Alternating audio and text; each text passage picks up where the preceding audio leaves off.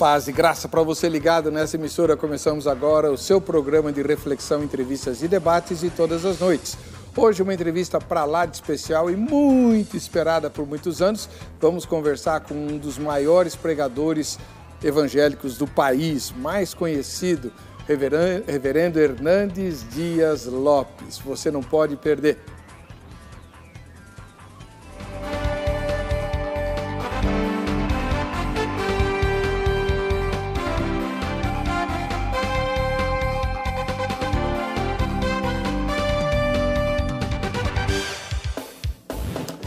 Olá, em nome da Academia Teológica da Graça de Deus Agrade, começamos mais essa edição do programa Vejam Só, hoje com muita alegria, recebendo o reverendo Hernandes Dias Lopes, pessoa conhecidíssima do público evangélico brasileiro e que transita de forma muito fácil por todas as denominações, e olha que isso não é nada fácil, né? Mas ele o faz de maneira brilhante, por todos os redutos cristãos evangélicos e não evangélicos do país. E hoje, finalmente, depois de muitos anos, muita oração, jejum, pano de saco, cinza, a gente conseguiu trazer o reverendo Hernandes Dias Lopes para essa entrevista. Seja muito bem-vindo, reverendo Paz e Graça. É um privilégio, querido, estar aqui com você e partilhando sobre esse assunto tão relevante que vamos conversar hoje com todas as pessoas que estão nos assistindo. Muito obrigado pela presença do senhor. É uma honra para mim. Eu sei que a maioria já sabe, mas o senhor é vinculado a qual igreja? Eu sou pastor da primeira igreja presbiteriana de Vitória já há 33 anos e hoje também coopero com a igreja presbiteriana de Pinheiros aqui em São Paulo. Pastor Arival Dias Casimiro. Aqui em Pinheiros o endereço é qual? É a Avenida das Nações Unidas, 6.151. Fica exatamente do lado da Ponte Cidade Universitária. Perfeito. E lá em Vitória? Lá em Vitória, na Avenida Beira Mar, 1025. Muito obrigado pela presença do senhor. É uma bênção estar aqui. Tem uma matéria que o nosso querido Zeca, que aliás foi um dos elementos que Deus usou para trazer o reverendo Hernandes, né, preparou para esse momento. Vejam só. Hoje aqui no Vejam Só, temos a alegria de receber para uma entrevista especial aquele que atualmente é considerado como o pregador do evangelho de maior destaque, não apenas pela fidelidade às escrituras, mas principalmente por ter as portas abertas em praticamente todas as denominações brasileiras. Vamos conversar com o reverendo Hernandes Dias Lopes, ministro presbiteriano, escritor e conferencista. Mas talvez o grande destaque, sem nenhuma dúvida, fique por conta de sua produção editorial.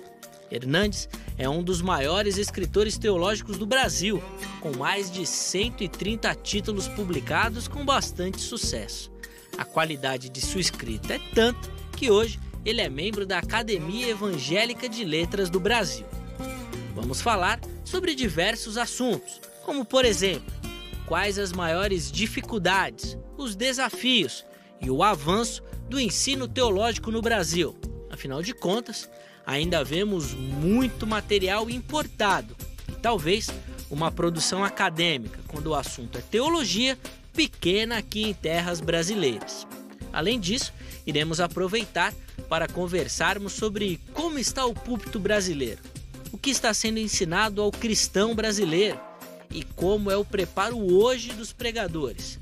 Eles são realmente preparados para enfrentar o desafio do ensino? Bom, fique ligado, nosso bate-papo de hoje está imperdível e está apenas começando. O Vejam Só já está no ar. Bem, reverendo, pois não. Vamos começar, né, do começo? Nem sempre eu faço isso. O senhor nasceu aonde e já nasceu num lar evangélico? Como é que o senhor se interessou pelo evangelho e pelo ministério da palavra? Eu nasci já num lar evangélico. Meus pais já eram cristãos, porém tive que sair de casa com 12 anos de idade, porque meus pais moravam na região rural e eu tinha um sonho de estudar. Com 12 anos eu saí de casa e desde então eu nunca mais voltei para a casa dos meus pais. O senhor é de onde? Eu sou do estado do Espírito Santo, interior do Espírito Santo. Não é de Cachoeiro, não. Não, Nova Venécia. Mas a minha conversão, de fato, aconteceu quando eu tinha 17 anos. Embora sempre frequentei a igreja, nunca abandonei a igreja, mas a minha experiência de novo nascimento, de uma experiência profunda, real com o Senhor Jesus, aconteceu com 17 anos de idade. Que bonito. É. E foi na igreja presbiteriana? Na igreja presbiteriana. É curioso que eu quando comecei a minha carreira cristã, eu pedi um dia para pregar. Meu pai era um presbítero da igreja, e eu disse assim para ele: papai, será que a igreja deixaria eu dar uma aula de escola dominical?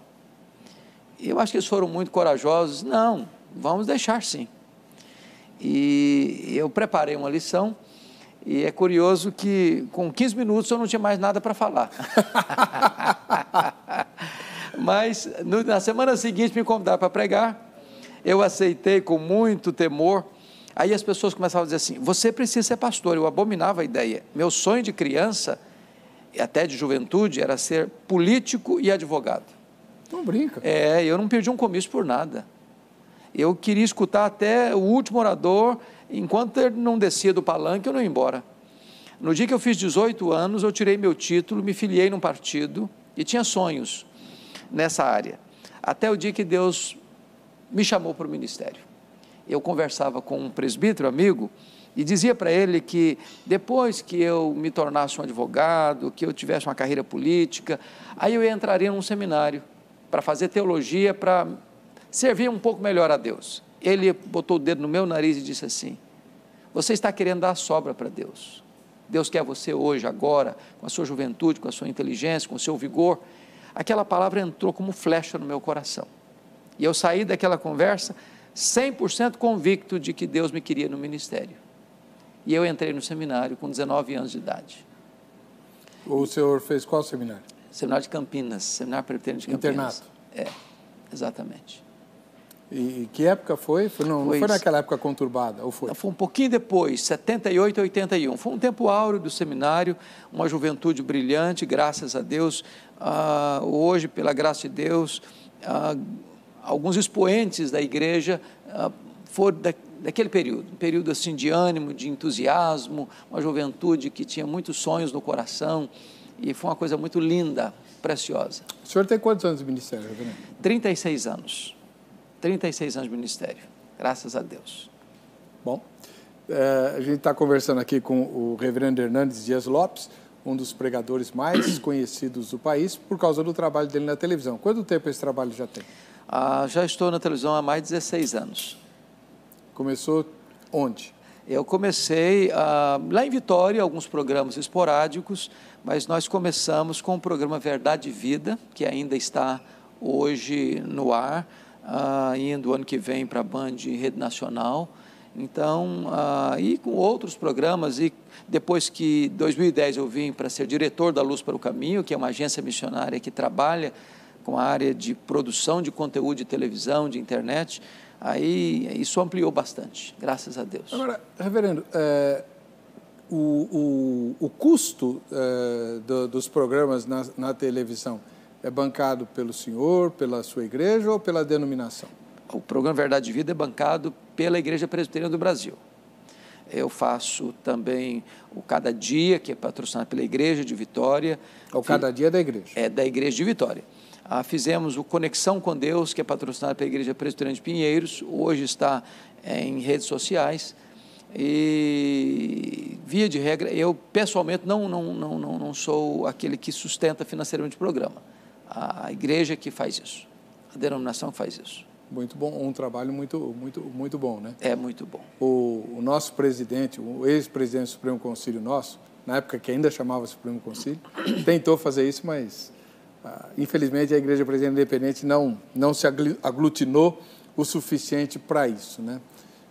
Eu fico muito contente de ver essa unidade dos irmãos da IPB em se unir para que o senhor esteja semanalmente. Porque eu acredito, sabe, que a igreja precisa usar todos os recursos. Algumas pessoas não, é este ou aquele. Não, acho que tem que se usar todas as janelas abertas para anunciar o Evangelho. No mundo de hoje, você pensar em pregar a palavra entre quatro paredes, para um grupo de 200, 300, 500, 1.000, 2.000 pessoas, é não otimizar os recursos que Deus está colocando nas nossas mãos. Então, é a televisão, é o rádio, é a internet, são as redes sociais, são janelas que Deus está abrindo para o mundo, e nós temos a possibilidade, a oportunidade de levar essa mensagem da esperança para o mundo inteiro. Isso é fantástico. Daqui a pouquinho eu quero conversar com o senhor sobre o púlpito brasileiro, né? Como é que o senhor tem analisado as pregações, etc. Mas antes eu queria fazer uma pergunta para o nosso telespectador. Vamos colocar no ar a nossa enquete. Ela está lá no nosso Facebook, facebook.com/programa Vejam Só. Vamos ver? Em geral, você prefere os sermões de que tipo? Nós colocamos 2 só, porque é o que o Facebook permite, tá? Para alternativas. Você prefere os sermões do tipo temático, isso é, o sermão que explora um tema, né? Ou você prefere o sermão do tipo expositivo? Então, para quem é leigo, vamos lá. Temático é o sermão que explora um tema, o amor de Deus, tá? O sermão expositivo explora uma passagem da Bíblia, a parábola do filho pródigo, né? Só para falar o sermão, né, o mesmo assunto abordado por dois estilos, né? O amor de Deus é o assunto de fundo da parábola do filho pródigo, né? Mas uma coisa é você pregar sobre o amor de Deus e outra, muito diferente, é pregar em cima da passagem do filho pródigo. Então, o temático é aquele que explora o tema e o expositivo que explora a passagem. Qual dos dois você prefere ouvir, né? Ouvir. Se você for pastor e pregador, qual dos dois você prefere pregar, tá? Vamos lá, no fim do programa a gente vai ter aí uma avaliação provisória, né? Porque a enquete fica no ar até a exibição do programa. A gente só vai ver o retrato do momento da nossa gravação, tá bom? Ah, mas eu queria tanto aprender a Bíblia, queria pregar, tal, né? Eu quero fazer para você um convite. O ano de 2019 está aí e a Agrade também, pertinho da sua casa. Mais de 600 endereços diferentes para você estudar a Bíblia.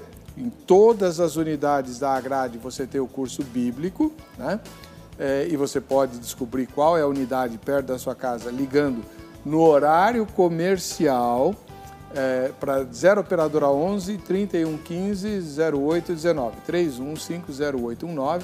No horário comercial você liga lá na sede da Agrade, na Praça da Sé, e se informa sobre o endereço mais próximo da sua casa. A Agrade tem muitos outros cursos também, inclusive o curso de oratória para quem quer falar em público, tá bom?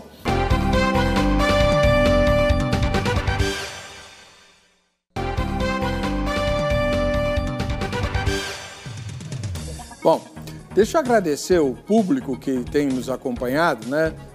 No YouTube, nós estamos alcançando a marca de 100 mil inscritos no nosso canal do YouTube. Muito obrigado a todos vocês.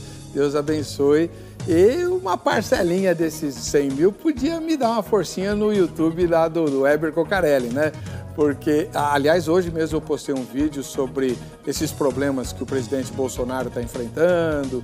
Vou postar outro sobre a questão dos ministérios que ele nomeou. Então, se você quiser acompanhar o nosso trabalhinho, também a gente tem lá no YouTube. Mas o YouTube do Vejam Só está completando ou alcançando a marca de 100 mil inscritos. Deus abençoe a cada um. Hoje a gente está recebendo aqui o reverendo Hernandes Dias Lopes, que tem um monte de livros à venda dele no Shopping do Povo. Você acabou de ver, né? A dona Eliana falando aí de mais uma das obras. E o reverendo Hernandes está conosco aqui. Inclusive trouxe 2 lançamentos, deixa eu mostrar aqui. Reverendo, eu vou mostrar o livro para a câmera 2 e o senhor fala do que é, tá? Muito bem. Este livro é uma espécie de resumo, de síntese da história bíblica e da história da igreja. Uma das grandes dificuldades do leitor é pegar um livro de história da igreja, por ser muito volumoso, muito denso, ele não consegue seguir a linha de raciocínio do autor. Então, eu faço uma breve síntese, uma linha cronológica, para que a pessoa entenda as linhas mestras da história da igreja. Isso facilita bastante. O livro é pequeno, né? Mas ele aborda questões assim, bastante sensíveis. Entre elas obviamente fala da reforma, né? Agora, o puritanismo, que é um assunto pouco explorado. Exato. E que tem muito a ver com a implantação do evangelho no Brasil. Muita gente não entende, assiste filme americano e vê que os protestantes americanos são diferentes dos protestantes brasileiros. Lá tem baile, aqui não tem. Né? São aspectos culturais, mas é uma coisa importante que eu acho da história. Alguém já disse o seguinte: a história será nossa pedagoga ou nossa coveira. Quem não aprende com a história está fadado a repetir os seus erros. Então, estudar a história é fundamental, porque quem não tem passado não tem memória, quem não tem memória não tem presente nem esperança do futuro. Pois é. Tem também um outro capítulo muito importante aqui, que é os movimentos de despertamento dentro da igreja protestante, os grandes reavivamentos na história da igreja. Exato. E a igreja evangélica no Brasil. A história de como a igreja evangélica se implantou aqui no Brasil. E os cismas dentro das igrejas históricas tem também? Bem de relance, porque o propósito é dessa linha cronológica para que a pessoa possa entender as intervenções soberanas de Deus na história. E esse outro livro aqui, reverendo? Este é um devocional, uma leitura para todos os dias do ano, uma palavra de conforto, de consolo, de orientação, de direção para a vida. Então, é um livro para se ter na cabeceira e ler todo dia o seu maná que vai cair do céu, para encher o coração de esperança e de alegria. Providência carrancuda, face sorridente? Aliás, essa é uma frase de um grande poeta cristão da Inglaterra, William Cowper. Foi ele quem disse essa frase: por trás de toda providência carrancuda, há uma face sorridente, a face de Deus. Legal, muito, muito bonito. Aliás, a encadernação bastante... É bem sugestivo, um presente Natal. Bem bonito, né? Uma sugestão de presente bem... Parabéns para a editora Agnus, né? Isso, Mauro, exatamente. Parabéns, Mauro viu? Terrengue. Se bem que eu acho que a esposa dele é que cuida dessas coisas. O Mauro não tem esse... O Mauro publica o livro e ela distribui. Ela é que cuida dos detalhes. Reverendo, o senhor é muito conhecido no país e até fora dele por ser um dos maiores pregadores, né, da atualidade. Eu me lembro que eu fui batizado na Igreja Presbiteriana do Brasil, lá na Lapa, na Rua Roma. Sim. Meu pai e minha mãe minha mãe era da Presbiteriana do Brás, né, e o meu pai da Lapa. E eu fui batizado lá e eu me lembro que, quando criança, meu pai contava muitas histórias de pessoas. E naquela época, nos anos 60, os deslocamentos eram feitos de ônibus, não tinha metrô, quase ninguém tinha carro, né, tudo era de ônibus. E muita gente cruzava a cidade para ir ouvir o reverendo Miguel Rizzo, que era o grande pregador da época. O senhor já ouviu falar dessa história? Muito, muito. Então, o senhor é o reverendo Miguel Rizzo de hoje? Não acredito. Eu acredito. Eu acredito. Olha, pregar a palavra de Deus é um privilégio, uma honra e uma grande responsabilidade. Eu tenho uma paixão pela pregação, e isso desde a minha adolescência. Então, eu penso que é um chamado e é uma dádiva de Deus. E eu encaro isso com muita seriedade, com muita responsabilidade e, ao mesmo tempo, com muita alegria. Eu praticamente prego todos os dias, em média, 580 a 600 vezes por ano. E faço isso com a maior alegria, com o maior entusiasmo. Às vezes eu vou pregar, estou cansado, moído. Quando eu chego, prego, parece que eu dormi 8 horas e eu saio dali remoçado, animado de novo. Então, pregar para mim, às vezes vou sair de férias, e se eu estou num lugar que eu posso pregar, eu prego, e aquilo não é para mim um peso e nem um cansaço, para mim é um refrigério. Eu vejo isso com alegria. Então, agora, essa paixão pela pregação, ela tem raiz anterior ao seu chamado, né? O senhor gostava dos discursos dos políticos. Isso tem uma coisa muito a ver. E quando eu cheguei no seminário, foi muito curioso, que o meu professor de filosofia, que o senhor deve conhecer, Paulo Viana, ele percebeu essa veia em mim e começou a me dar livros de oratória. Então, eu passava no sebo, comprava aqueles livros clássicos de oratória. O Paulo Viana é o genro do Boanerges Ribeiro. Reverendo Boanerges. O Reverendo Boanerges casou meus pais. Olha isso. Então ele me incentivou muito também. Ele me passava os livros de oratória e eu ia lendo. E nem sabia eu que Deus ia abrir esse cenário para eu me tornar um pregador no nosso país e em alguns lugares fora dele. E os anseios políticos morreram? Eu diria o seguinte, eu entendo hoje, e respeito quem pensa diferente, mas eu entendo que se o seu chamado é para ser pastor, eu citaria a frase de Charles Haddon Spurgeon para os seus alunos. Ele dizia o seguinte para os seus alunos: meus filhos, se a rainha da Inglaterra convidar vocês para vocês serem embaixadores em qualquer lugar no mundo, não aceitem, não aceitem. Vocês já são embaixadores do Rei dos Reis e do Senhor dos Senhores. Uau! Essa vocação é mais sublime. O Spurgeon falava isso? Falava isso. Que bacana. Então eu entendo que aquele que tem um chamado para ser pastor, ele tem o maior e o mais sublime dos chamados. Ele deve ser fiel e dedicar toda a sua atenção a esse chamado. Mas a gente está morrendo de curiosidade de saber qual partido o senhor se filiou na juventude. Só tinha 2 na época. Verdade. O Tinha MDB e a Arena. Bom, meu pai era vereador do MDB e eu me criei nesse espírito. Na época a gente tinha grandes sonhos, grandes ideais. Infelizmente hoje o partido até voltou para a sigla MDB, mas perdeu completamente aquela paixão, aquele idealismo, aquele sonho. E infelizmente hoje eu não diria para você que eu teria a mesma paixão por esse partido. Ainda bem que o Ulisses Guimarães morreu, senão ele morria agora de desgosto. De desgosto, muito provavelmente. Não, sem dúvida alguma. Então o senhor estava alinhado mais para o MDB?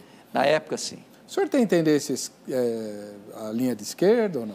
Não, eu não tenho tendência esquerda. Hoje, ao contrário, hoje eu acho que a esquerda se corrompeu de tal maneira que eu penso que nós estamos precisando dar uma guinada mais para a direita. Tem sido dado, É por isso que eu vi com muito entusiasmo, me permita dizer isso no programa, a eleição do Bolsonaro, porque acho que a esquerda estava indo para uma linha não só ideológica complicada, mas também para uma questão de desconstrução dos valores cristãos, desconstrução da família, desconstrução da questão da ética, na política. E então nós vimos um Brasil sendo aparelhado para a corrupção e eu penso que a eleição do novo presidente trouxe para a nação brasileira uma espécie de esperança de que nós retornaremos a uma agenda de integridade moral, de integridade política e de valorização dos valores que devam ser as colunas mestras da construção da sociedade, igualmente da família. Como é que o senhor vê como um dos principais expoentes do mundo evangélico sério, porque tem isso também, né? O reducionismo com o qual nós somos retratados pela grande mídia e pela grande sociedade, como se o discurso cristão, sobretudo o discurso evangélico, fosse apenas falar mal de gay e de quem defende o aborto. É uma pena, porque penso que quem faz essa crítica ou não conhece ou é mal intencionado. Ou não conhece ou é mal intencionado. Porque a igreja protestante, ela é protagonista das grandes transformações sociais, é protagonista da academia, é protagonista dos grandes avanços científicos, e é da democracia, que dá oportunidade a essas pessoas de falar essas bobagens. Exatamente, e mais, das grandes causas sociais, né? Hospitais, asilos, tudo aquilo que a sociedade tem hoje que aplaude, isso é fruto do protestantismo. Então, existe um livro de um autor francês, Do Futuro dos Povos Católicos, e nesse livro o autor defende que as nações que nasceram sob o signo, sob a bandeira, sob a égide do protestantismo, foram nações prósperas, ricas, em todos os setores da sociedade. E aquelas que não tiveram esta influência, mergulharam na pobreza e no atraso cultural, científico e religioso, inclusive. Pois é. Então, essa forma de... Como é que o senhor acha que os evangélicos devem se defender? Porque existe uma ala grande nossa que é muito estridente, responde às provocações, acho que a gente cai em várias armadilhas, né? Com a estridência, fica estrebuchando, né? E a gente tem ajudado a outra ala, os nossos adversários, a insistirem que a nossa agenda consiste apenas de condenar o aborto e condenar os gays.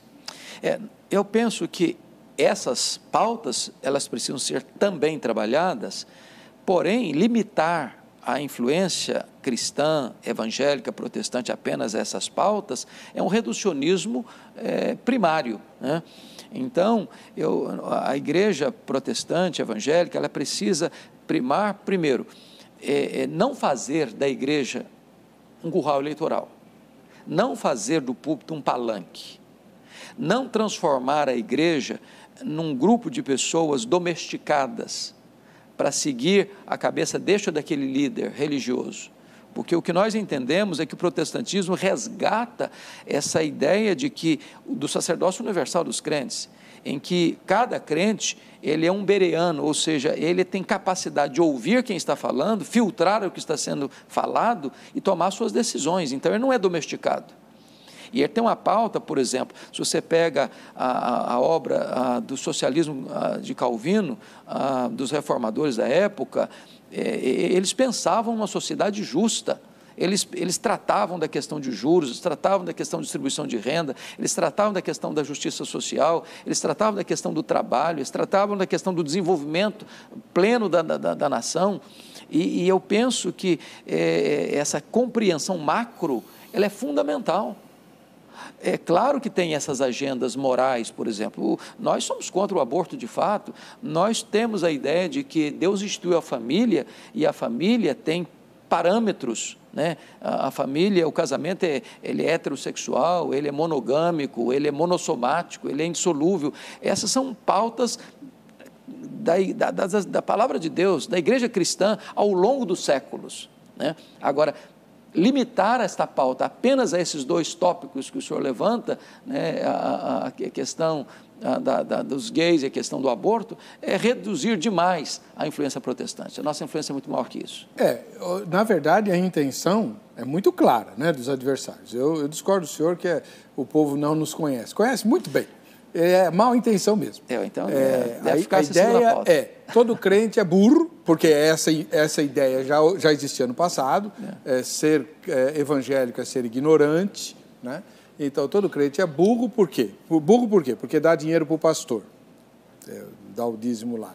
Porque é contra os avanços da sociedade. Quais são esses avanços? É aquilo que o povo está chamando hoje de direitos individuais. Como se os evangélicos fossem contra os direitos individuais. Como o senhor acabou de falar, foi justamente o protestantismo que os resgatou. Por exemplo, essa questão de acusar as pessoas, um evangélico, de ser um ser retrógrado, atrasado, estatisticamente está provado, primeiro, que o evangélico lê mais do que as outras pessoas, 3 vezes mais. Então, faz parte da formação evangélica o seguinte, é que os pais precisam ensinar os seus filhos, da educação dos seus filhos. Não tem, basicamente, analfabetismo no meio do protestantismo. Então, faz parte da bandeira protestante a cultura, o conhecimento, o avanço intelectual. É o contrário, a nossa agenda é exatamente o contrário disso, da ignorância. Então eles querem, e muitas vezes a gente veste a carapuça, cai na armadilha, né? Esse é bem verdade também, Heber, que existem no universo evangélico muitas pessoas que exploram a ignorância do povo. Claro, né? Em toda parte. Existe uma massa de pessoas que parece que desistiram de pensar e querem, e é mais fácil, é mais cômodo que outras pessoas pensem por elas, né? Que é capaz de ouvir um discurso, talvez incoerente, inconsistente, infundado, e ainda aplaudir quem está falando. Então, eu acho que faz parte da bandeira evangélica levar as pessoas para a verdade. A verdade, ela ilumina, a verdade esclarece. E nós não precisamos ter medo da verdade, porque nós seguimos aquele que é a verdade. Nós temos um livro que o próprio Jesus disse, este livro é a verdade. Então, nós não precisamos nos intimidar, nem nos encolher, nem ter qualquer complexo de inferioridade. Ao contrário, o povo de Deus é o povo que precisa andar de cabeça altiva, não com soberba, humildade, mas a altivez não é antônimo de humildade. Bom, para quem ligou durante a exibição, nós estamos conversando com o reverendo Hernandes Dias Lopes, da Igreja Presbiteriana do Brasil, né? Um dos mais conhecidos pregadores do país. E, sobretudo, pelo fato de o senhor não vir de uma igreja pentecostal, né? A televisão está muito acostumada a exibir programas de pregadores pentecostais desde a época do Jimmy Swaggart. Antes dele tinha o Rex Humbard, né? Hoje tem o missionário, né? Agora, de igreja histórica, eu me lembro do pastor da Igreja Batista de Vila Mariana, o Rubens Lopes. Rubens Lopes. Né? Saudosa memória. E com persistência, pode ser que tenha mais um, mas a minha memória está... Estou precisando tomar o Max Memory. Né? E o senhor, graças a Deus, tem sido essa referência. Reverendo, daqui a pouquinho, no próximo bloco, a gente vai falar de pregação, púlpito. Perfeito. Eu quero saber qual é o seu estilo de sermão predileto, como é que o senhor prepara os sermões e como é que o senhor tem visto a pregação. Mas antes, ainda para fechar esse lado meio, esse diálogo da igreja com a sociedade, exato. Uma das grandes dificuldades que nós evangélicos estamos enfrentando no país é a falta de uma liderança que seja interlocutora com a sociedade. Exato. Eu sempre digo para os meus alunos, né? Se o presidente da República ou qualquer autoridade quiser falar com os católicos, ele chama o presidente da CNBB, senta, toma um café Exato. e conversa. Exato. Se ele quiser conversar com os evangélicos, ele chama quem? Essa é uma grande questão, até porque nós estamos muito multifacetados, né? Há muitas denominações evangélicas e com viés, às vezes, diferente de hermenêutica. Então, nem sempre se consegue uma unidade nessa diversidade, né? E eu acredito que é necessário que nós nos unamos naquilo que é essência. Se nós nos sentarmos para discutir as nossas diferenças, nós teremos muitas. Mas se nós nos sentarmos para discutir nossa unidade, nós temos um ponto que é essencial, que é básico, e esta união está em Cristo. Se nós estamos em Cristo, nós somos um. Unidade não se cria, unidade se mantém, a unidade já existe. Por isso que o apóstolo Paulo fala de preservar a unidade na paz. Então, essa unidade, ela não é criada, ela já existe. O que é preciso é que nós nos despojemos de qualquer vaidade, de questão denominacional, porque às vezes a pessoa faz da sua denominação o reino de Deus, limitando o reino de Deus à sua denominação, e entender que nós somos. É por isso, sabe, pastor Heber, que eu tenho muita alegria em transitar pelas denominações, porque é possível que haja alguns elementos dissonantes na nossa teologia, nas nossas ênfases, mas naquilo que é essência, nós somos um. Nós somos uma só igreja, um só rebanho, uma só família, um só povo. Todo aquele que foi lavado no sangue do Cordeiro, que crê no Senhor Jesus Cristo, esse faz parte da igreja de Cristo, da igreja verdadeira, e é preciso que nós nos unamos nesse sentido. Então, reverendo, mas em termos práticos, né? Como é que eu estava cometendo uma grande injustiça aqui, esqueci do reverendo Caio Fábio, que foi um dos pregadores que também durou bastante na televisão, né? Hoje ele só está na internet. E ele vinha trabalhando, por causa do carisma que ele possuía na Vinde, para ser esse interlocutor. Aí houve um problema pessoal, familiar, ele perdeu essa condição, né? Outros tentaram assumir o lugar, mas nunca tiveram o carisma que ele tinha. Não agrega todo mundo, né? Não agrega. O senhor é um elemento agregador com grande carisma.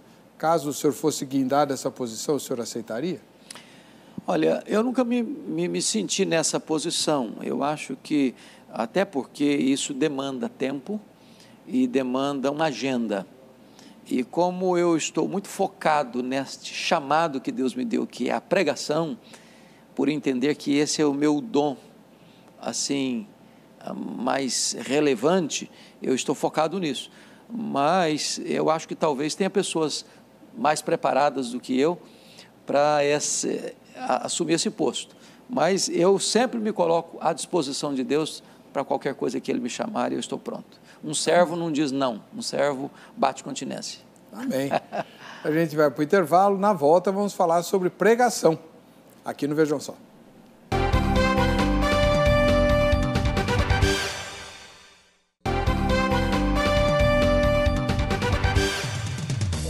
Muito bem, hoje o programa Vejam Só entrevista o reverendo Hernandes Dias Lopes, conhecidíssimo pregador do Evangelho, ministro da Igreja Presbiteriana do Brasil, né? Portanto, pertencente a uma vertente que a gente chama de Igreja Histórica, e é uma alegria muito grande tê-lo aqui. O senhor é muito admirado por todos os segmentos evangélicos como pregador. Obrigado. Qual é o seu estilo de sermão predileto? O senhor gosta de temático, expositivo ou qual? Pois bem, Heber, hoje eu estou convencido de que a melhor forma de pregar, a mais eficaz, é o sermão expositivo. Por quê? Porque quando você prega expositivamente, você tem o privilégio de poder dizer, assim diz o Senhor. O sermão temático, alguns o chamam de sermão nariz de cera, você pode levar para cá, levar para lá, e é curioso que talvez a maior autoridade homilética hoje no mundo, Dr. Haddon Robson, do seminário de Gordon, lá de Boston, Massachusetts, ele disse que um pregador deveria pregar um sermão temático a cada 10 anos. E depois pedir perdão para Deus. Ô, louco! Porque, na verdade, o sermão temático vai muito da criatividade do pregador, ou do bom conhecimento que ele tem, geral da Bíblia, mas ele não leva o seu ouvinte a se encantar com o texto da Escritura. A pegar que entendi esse texto. Isso me leva a uma brincadeira de uma igreja que percebeu que o pastor, por dominar vários textos da Bíblia, preparava o seu sermão enquanto saía de casa para a igreja. Olô. E aí eram uns 10 minutinhos só, e a liderança se reuniu. A melhor maneira de que o pastor melhorar o sermão foi alugar uma casa para ele a 20 quilômetros da igreja, para ver se ele demorava um pouco mais e melhorava o sermão. Mas o sermão expositivo é a melhor maneira de você pregar com fidelidade, com integridade, a palavra de Deus. Então, reverendo, eu compartilho da sua opinião, agora que eu já tenho 40 anos de ministério também, né? No começo, não. Porque, como presbiteriano também, eu sou da IPI, o público presbiteriano se habituou a sermões com 3 divisões facilmente graváveis e, portanto, com ligações lógicas e não textuais nessas divisões, né? E quando a gente foge desse padrão, muita gente torce o nariz. Eu fui criado nessa escola. Na minha época de seminário, o meu professor era partidário do sermão textual e também do sermão temático. E quando se falava em sermão expositivo, afinal, isso aí não é sermão, isso é estudo bíblico. Né? Mas o problema, a resistência não é ao sermão expositivo, é ao não entendimento do que é sermão expositivo. Porque existem 2 formas de você fazer um sermão expositivo. O lectio contínuo, que é pegar versículo por versículo, explicando, é o que Calvino fazia, basicamente. Ou você pode pegar um texto, um capítulo, uma perícope, um parágrafo, mas você tem uma divisão homilética dentro daquele parágrafo. Por exemplo, a Dr. Warren Wiersbe tem uma divisão muito interessante em Efésios 2, de 1 a 10, né? Ele nos deu vida, estando nós mortos nos nossos delitos e pecados, e aí vai. Ele diz o seguinte, você pega uma divisão dessa, não tem como esquecer. Primeiro, o pecado trabalha contra nós, versículos 1 a 3. Deus trabalha por nós, versículos 4 a 9. Deus trabalha em nós, versículo 10, parte A. Deus trabalha através de nós, versículo 10, parte B. Uma divisão dessa ninguém esquece. O pecado trabalha contra nós, Deus trabalha por nós, Deus trabalha em nós, Deus trabalha através de nós. Que bonito! A divisão ajudou você a entender. E é expositivo. É expositivo. Você falou do sermão, você falou, por exemplo, do filho pródigo, que é a parábola maravilhosa, né? Tem uma divisão ali que é fácil de entender. Por exemplo, o filho pródigo era feliz e não sabia na casa do pai. O filho pródigo era infeliz e não sabia no país distante. O filho pródigo era infeliz e sabia, lá no chiqueiro, cuidando de porcos. O filho pródigo era feliz e sabia, de volta na casa do pai. Feliz inconscientemente, infeliz inconscientemente, infeliz inconscientemente e feliz conscientemente. Não tem jeito de esquecer. É expositivo, mas tem um arcabouço, homilético para ajudar as pessoas a memorizarem os pontos. Dá para ensinar isso ou isso é dom? Dá para ensinar. Todos nós somos aprendizes e nunca você cessa de aprender. Se você me perguntar assim, bom, eu estou com 36 anos de ministério, você ainda fica com as mãos suadas para pregar? Fico até hoje, os joelhos um pouco trêmulos. E eu acho que no dia que eu perder isso, eu perdi o encanto com a pregação. Com certeza, é assim mesmo. Eu sempre digo para os meus alunos e para os crentes da minha igreja que o momento mais difícil para mim é quando eu tenho que pôr a gravata antes de sair para a igreja. Porque eu tenho que olhar para o espelho com o sermão na cabeça, sabendo que muito do que eu vou falar serve para mim e não para os outros. A minha filha é advogada e eu partilhava com ela a semana passada, falei, filha, sabe qual a hora assim mais relaxante para mim? Eu falei, não, pai, não sei. É depois do culto de domingo à noite. Aí ela me disse na volta de domingo agora da igreja, falei, pai, comecei a entender o que o senhor está dizendo, porque eu estou com tanta responsabilidade de falar, de dar palestra, de fazer apresentações, eu sei que tensão isso produz. Às vezes os crentes pensam que o pastor, por ter passado no seminário, ou por ser pastor, ele não tem as angústias ou as alegrias e tensões de preparar um sermão. É coisa inédita, é coisa nova.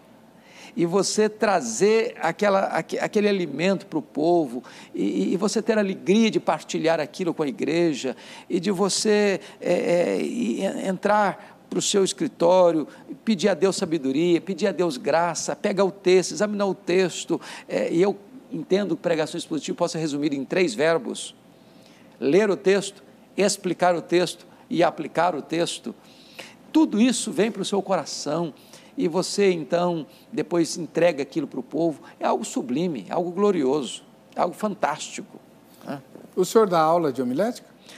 Olha, não dou porque a minha agenda não permite, mas é um assunto que enche o meu coração. Com certeza, né? Enche o meu coração. Agora, eu discordo do irmão, eu acho que homilética não se ensina, a pessoa tem que ter dom. Eu concordo com você, veja bem, deixa eu lhe citar uma frase, e eu aprendi isso nos livros de oratória. Alguém já disse o seguinte, que o poeta nasce, o orador se faz. O maior orador grego, Demóstenes, era gago. Ele tinha muita dificuldade de pronunciar. Ele ia para a praia, pegava as pedrinhas, enchia a boca de pedra e falava. E ele veio se tornar o maior orador grego. Então, eu acho que oratória se aprende técnicas. Concordo com o irmão que paixão, brilho nos olhos, isso aí é dádiva de Deus, é dom de Deus. Agora, quando você soma o dom de Deus com o preparo, a coisa fica melhor. Ah, mas não, reverendo. O que eu chamo de dom não é apenas assim o elan, é olhar para o texto e enxergar as divisões que o senhor mencionou aqui com a maior facilidade do mundo. Eu cansei de ler esses textos e nunca vi essas divisões. Isso é dom, entendeu? Eu concordo. Isso não se ensina. É mais complexo para pegar para quem não tem esse elan que você está dizendo. Como é que o senhor tem visto o púlpito brasileiro, reverendo? Você pegou um assunto complicado, hein? Eu acho que nós vivemos uma das grandes crises no Brasil, a igreja evangélica brasileira, com os púlpitos. Rasos, muitos rasos, outros que perderam a sua finalidade de transmitir com fidelidade a palavra de Deus. A maior necessidade da igreja evangélica brasileira é de uma restauração dos púlpitos, é de que os púlpitos voltem para as Escrituras, é que os púlpitos voltem a afirmar, assim diz o Senhor. Nós precisamos de um reavivamento nos púlpitos. Por quê? Porque se o púlpito não está aliançado com a fidelidade à palavra de Deus, quanto mais se prega, pior fica. Pior fica. E, infelizmente, hoje há muitos púlpitos que torcem a palavra de Deus. Preocupantemente, às vezes, até conscientemente, para alcançar determinadas, ou atingir determinados interesses pessoais ou vantagens pessoais. Então, a palavra de Deus não pode ser torcida para atender à minha vontade. A palavra de Deus precisa ser transmitida com integridade, com fidelidade. É por isso que nós fazemos, é um termo que nós usamos muito, mas talvez os nossos telespectadores não podem entender por completo, é a palavra exegese. Você vai para o texto para tirar do texto o que está no texto. Eu não vou para o texto para impor ao texto as minhas ideias. Eu vou para o texto para tirar dele o que está lá, porque Deus não tem compromisso com a palavra do pregador, Deus tem compromisso com a sua palavra. O que tem a promessa de não voltar vazia não é a palavra do pregador, é a própria palavra de Deus.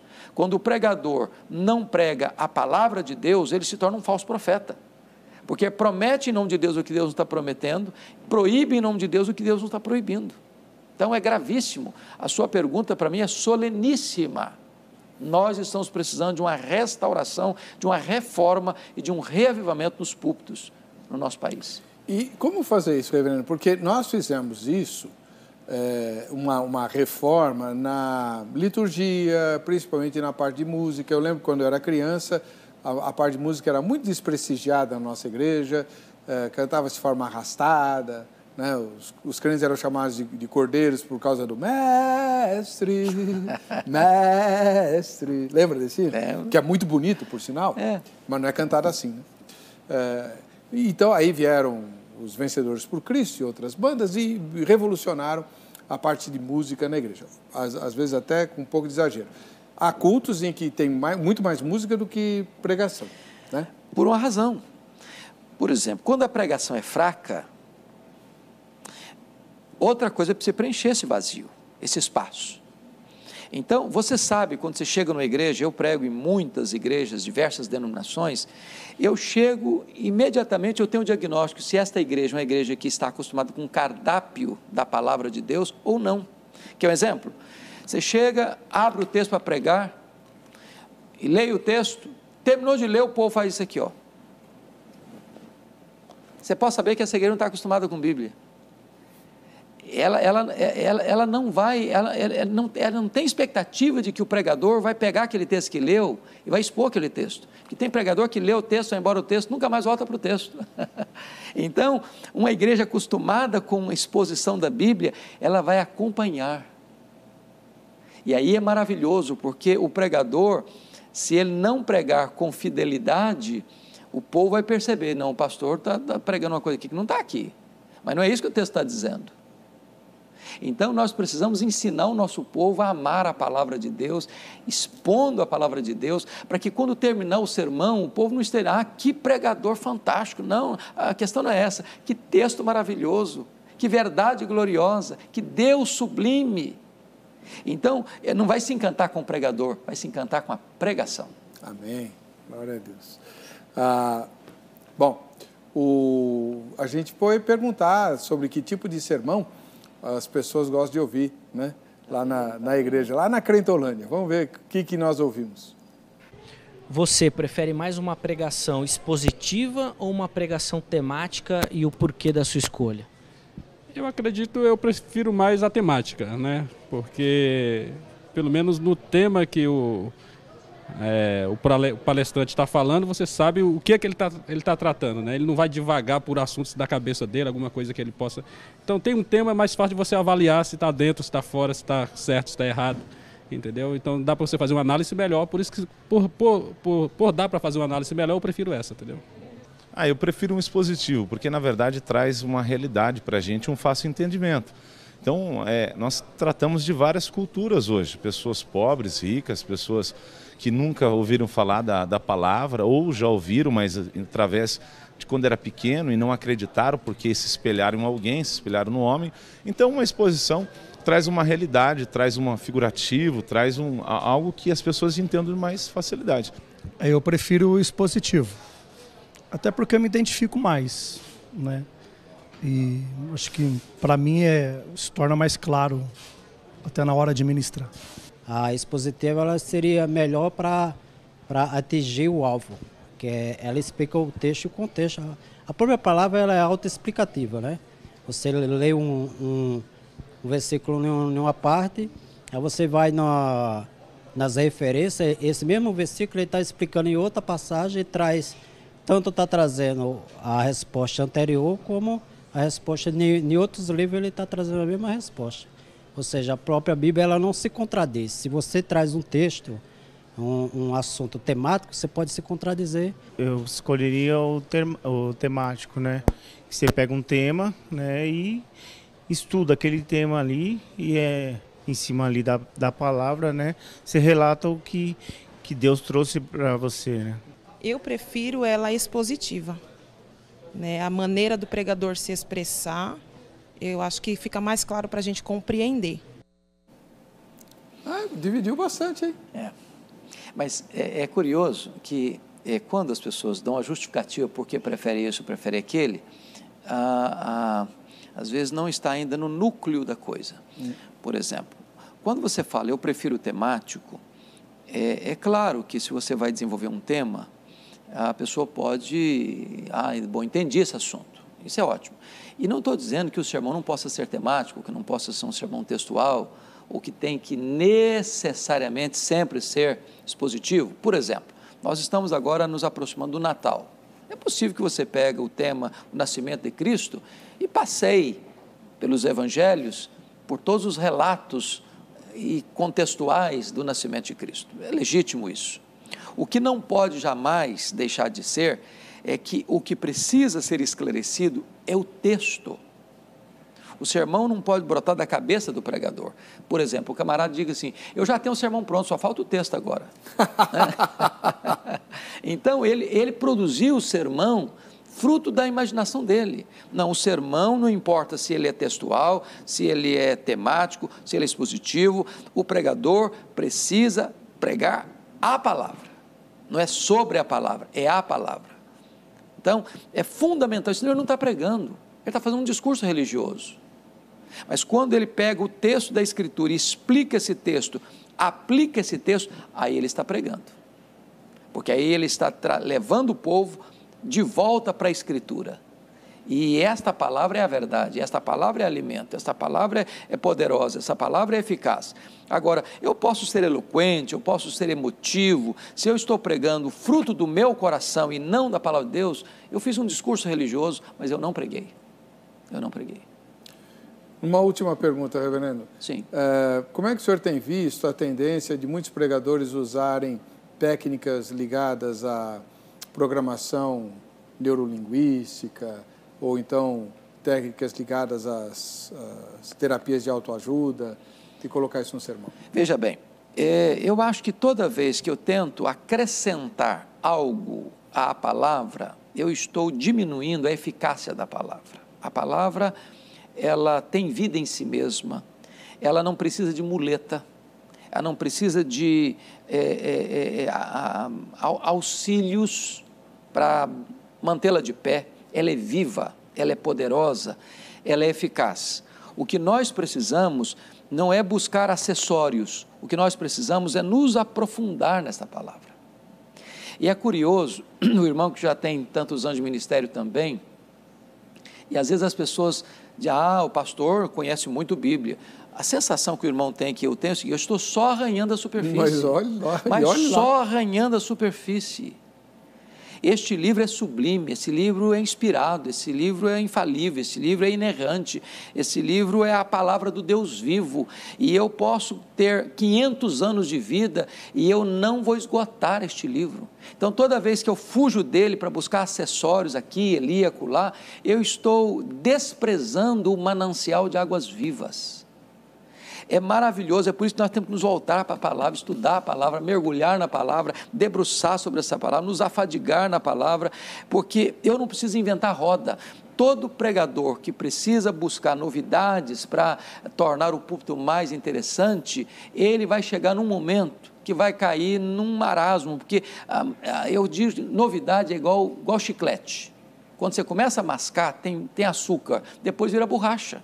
Aí tem que inventar uma outra novidade, uma outra novidade, uma outra novidade. E nessas novidades as pessoas criam coisas esdrúxulas.